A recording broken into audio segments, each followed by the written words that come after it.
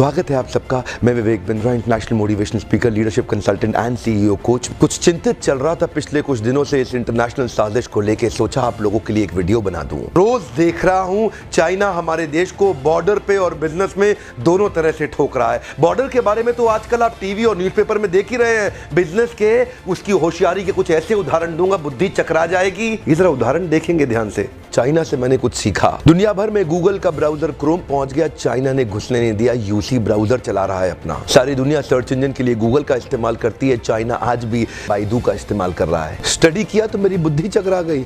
2.25 billion users WhatsApp इस्तेमाल कर रहे हैं, वो घुसने नहीं दिया व्हाट्सएप को।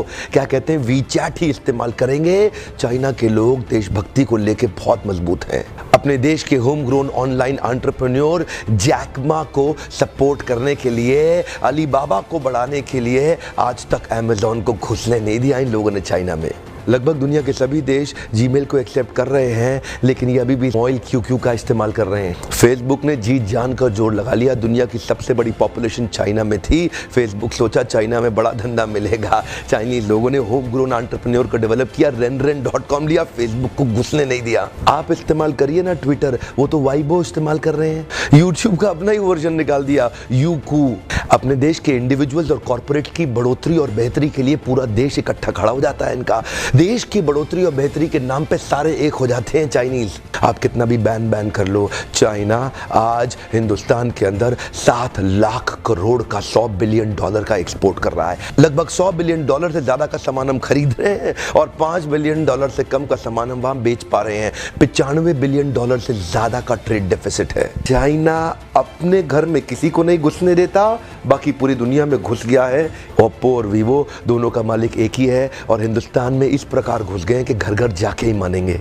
Electronic goods, machinery, organic chemicals, iron and steel, transport equipment, medical pharma products, textile and yarn fabric, सब कुछ तो हम चाइना से लेने को तैयार हो गए हैं। अब ये जिम्मेदारी केवल हमारे देश की सरकार की नहीं रह गई कि वो बॉर्डर पे लड़ती रहे। अब ये जिम्मेदारी हर भारतीय की हो गई है कि हम अपने व्यापारियों को उठाएं और मिल करके एक हो जाएं। देश की जनता को एक होना बहुत जरूरी है। अगर देश में खुशहाली आएगी तो फायदा सबका होगा। देश में खुशहाली आएगी तो फायदा सबका होगा। आज एक ऐसे व्यक्ति की बात करूंगा जिसके बारे में मैंने पढ़ा तो मेरी बुद्धि चकरा गई। मेजर ध्यानचंद, ये हॉकी के जादूगर माने जाते थे। इंडिया की टीम को हॉकी में वर्ल्ड कप में एज ए कैप्टन ये लीड कर रहे थे। जर्मनी ओलंपिक्स फाइनल अपने होम ग्राउंड के अंदर जर्मनी को जब रौंद दिया तो हिटलर वहां से चला गया। शाम को ध्यानचंद को अपने घर में बुला के पूछा, तुम एक्चुअली करते क्या हो हॉकी के अलावा? तो बोले, मैं लांस नायक, सूबेदार, एक छोटा सा सिपाही भारत की आर्मी में हूँ। तो उसी समय जर्मनी के तानाशाह हिटलर ने उनसे कहा, सुनो एक काम करो, जर्मनी से हॉकी खेलना शुरू कर दो, मेरे देश में आ जाओ, तुम्हें आज ही एयरफील्ड मार्शल बना दूंगा। वैसे भी तुम अपने देश के अंदर तो लांस नायक, सूबेदार,